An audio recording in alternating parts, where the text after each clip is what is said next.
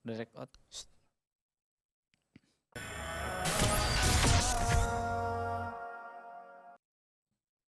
Iya, kembali lagi dalam program lagi on air. Ya, spesial Ramadan di kesempatan Spesial kali ini. Ramadan. Kita masih melanjutkan perbincangan kita nih Pak Tur Mengenai mengenai kesalahan. kesalahan-kesalahan di bulan Syawal ya. Jadi sebelumnya barusan kesalahan mengenai salah satunya pakaian ya. Pakaian untuk beribadah ketika datang untuk sholat Idul Fitri ya. Iya. Dan kemudian kita akan bahas kira-kira kesalahan apa lagi nih Pak Ustadz yang sering kita langgar ini ketika melaksanakan sholat Id. Baik. Kalau kesalahan yang dilanggar ya artinya ada sesuatu yang dilarang. Dalam pelaksanaan sholat Id yang dilanggar oleh kaum muslimin ya ketika melaksanakan sholatnya ya barangkali adalah mendahului imam atau tidak mengikut imam.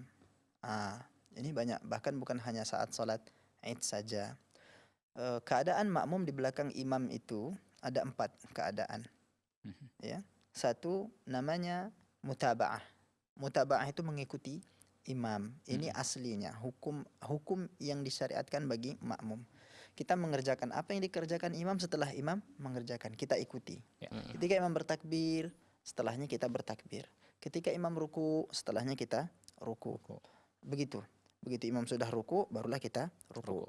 Bukan setelah imam i'tidal baru kita ruku. Tidak. Ini keadaan yang pertama. Inilah yang disyariatkan, yang disunnahkan, yang diperintahkan. Yang kedua adalah muwafaqah, barengan dengan imam. Bareng takbir dengan imam, bareng ruku dengan imam. Ini adalah termasuk penyimpangan, pelanggaran. Ya, tidak boleh. Ya, tidak boleh. Bila dilakukan dengan sengaja dan tahu, maka konsekuensinya sholat makmum tersebut tidak sah. Ya. Kemudian keadaan yang ketiga adalah mukhalafah. Mukhalafah artinya menyelisihi imam. Ya.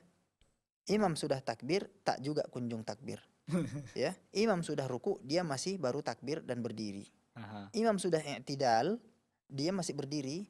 Ketika imam sudah hendak sujud, baru dia ruku. Dan kemudian nanti mengejar imam. Ini jika dilakukan dengan sengaja juga, maka ini membatalkan salat si makmum itu. Tidak boleh. Kemudian perkara yang keempat, keadaan yang keempat adalah musabaqah, mendahului imam. Yang tiga-tiganya ini dilarang oleh Nabi SAW. Tidak boleh. Ya, musabaqah. Nabi SAW memberikan ancaman kepada orang-orang yang mendahului imam agar kepalanya dirubah menjadi kepala keledai. Na'udzubillah min dzalik. Ya kan? Ini ancamannya sangat berat. Banyak yang mendahului imam. Ini mendahului imam ini bisa terjadi juga karena ada 2 faktor. Kejahilan makmum dan mungkin juga dengan kejahilan imam. Loh, bagaimana Ustadz? Kok imamnya pula yang jahil? Kejahilan imam terletak pada saat dia mengucapkan takbir lebih daripada yang semestinya. Pernah nggak dengar orang kalau imam takbir Allahu Akbar? Pernah Ustaz, karena jauh mungkin dari sujud ke berdiri. Sebenarnya yang seperti ini adalah menyelisihi sunnah Nabi SAW.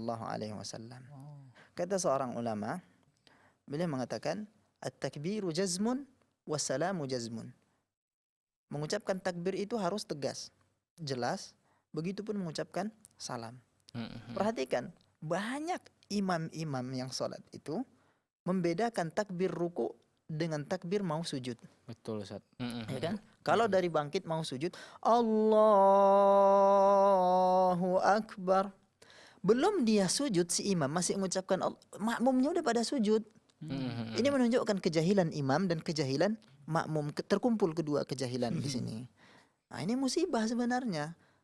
Bayangin kalau hal ini nggak pernah kita sampaikan. Iya. Nah, kan? Bisa jahil terus kita nih. Iya. Jadi bagi para imam, kalau mengucapkan takbir, ucapkan Allahu Akbar. Ruku Allahu Akbar. Mau i'tidal, Sami'allahu liman hamidah.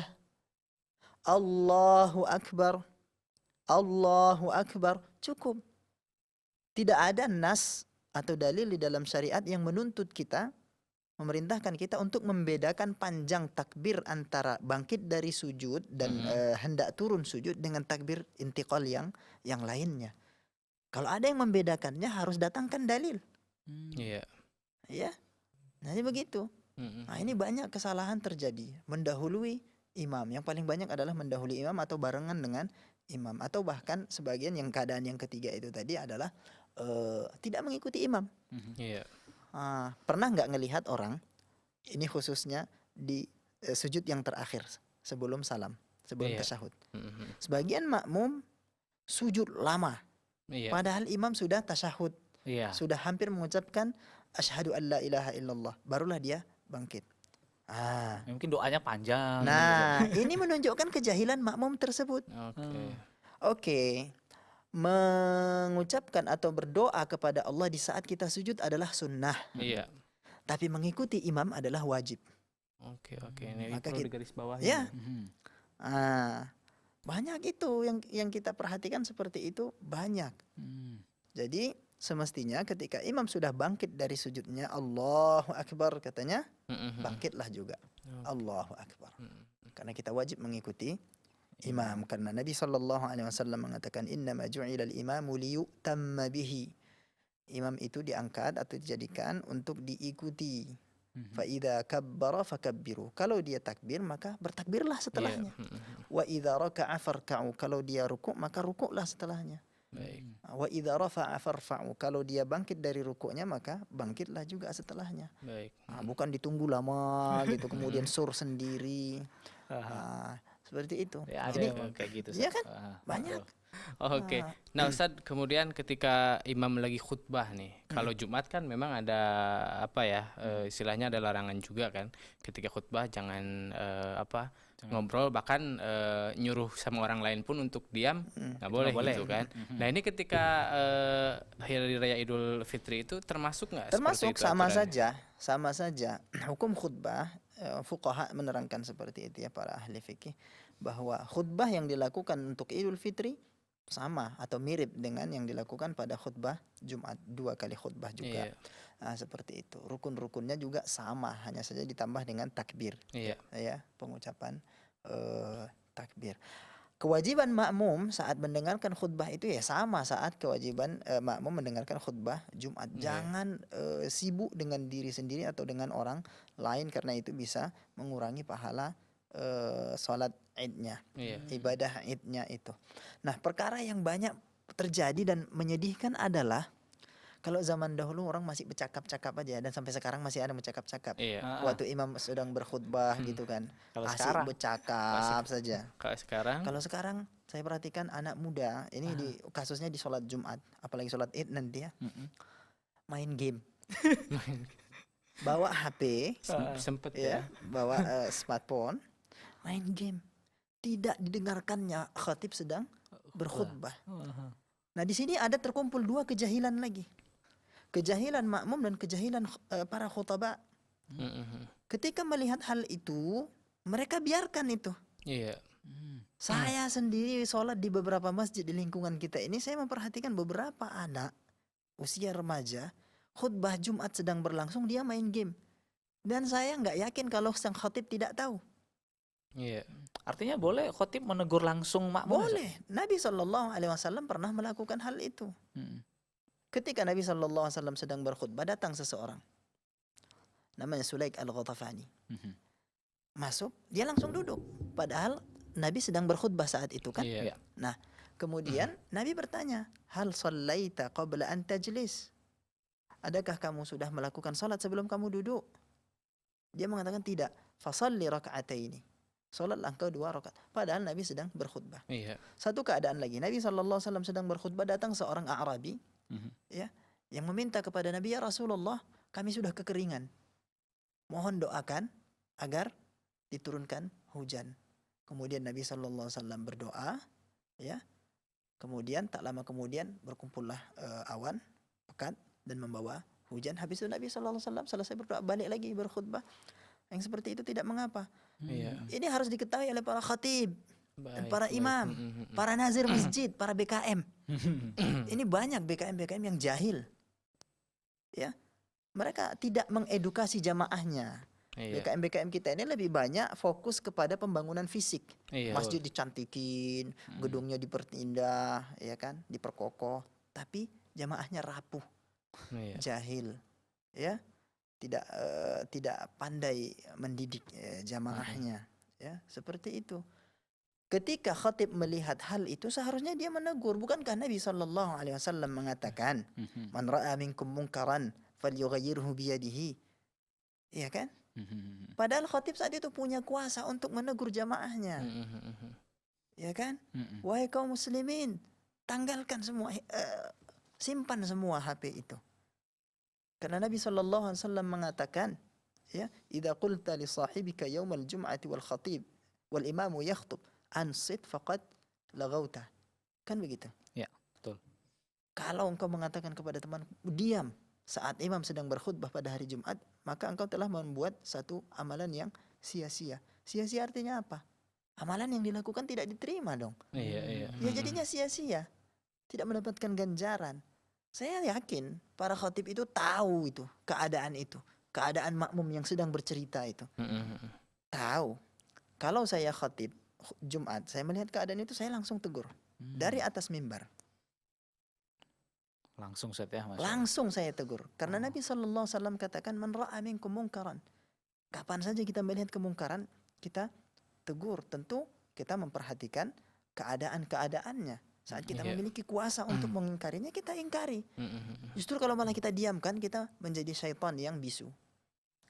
Ini banyak terjadi. Betul ya. Main HP, nelpon. Nanti hal ini bila tidak diungkapkan, tidak dijelaskan, lama-lama orang akan main game dalam keadaan dia sedang mengerjakan sholat. Ya, kebiasaan terus. Kalau udah jadi hal yang biasa gitu ya. Iya, karena tidak pernah ada orang yang mengingkari dan mengingatkan. Gitu. Nah, ini PR nih buat para khotib-khotib yang akan bertugas nih ya di Indonesia. Kalau ada Dan juga para nazir masjid ya, kalau bisa sebelum dimulai ada himbauan gitu Iya, ya. makanya saya berpandangan bahwa pertanggungjawaban para BKM itu di hadapan Allah sangat besar. Iya. Iya. Karena mereka mengurusi kaum muslimin. Ya, mengurusi ibadahnya kaum muslimin. Mereka bukan hanya dimintai pertanggungjawaban tentang kebersihan masjid, tapi tentang perbaikan ibadah kaum muslimin di situ bagaimana. Saya sering katakan bahwa Pak BKM jangan hanya perhatikan faktor fisik, tapi faktor maknawinya juga, faktor dalamnya juga harus diperhatikan. Jamaah ini orang-orang yang membutuhkan ilmu, suka atau tidak suka mereka. Kewajiban kita memberitahukan syariat Allah Subhanahu wa Ta'ala. Kan toh nggak melulu harus dengan bercakap kan? Iya. Beli poster-poster dakwah, beli poster tentang wudhu, poster tentang sholat, poster tentang menyusun saf, tempelkan saja di situ. bagus tuh, Ustaz. Nah, bisa kita jualan nanti apa, Tur? Peluang. Iya.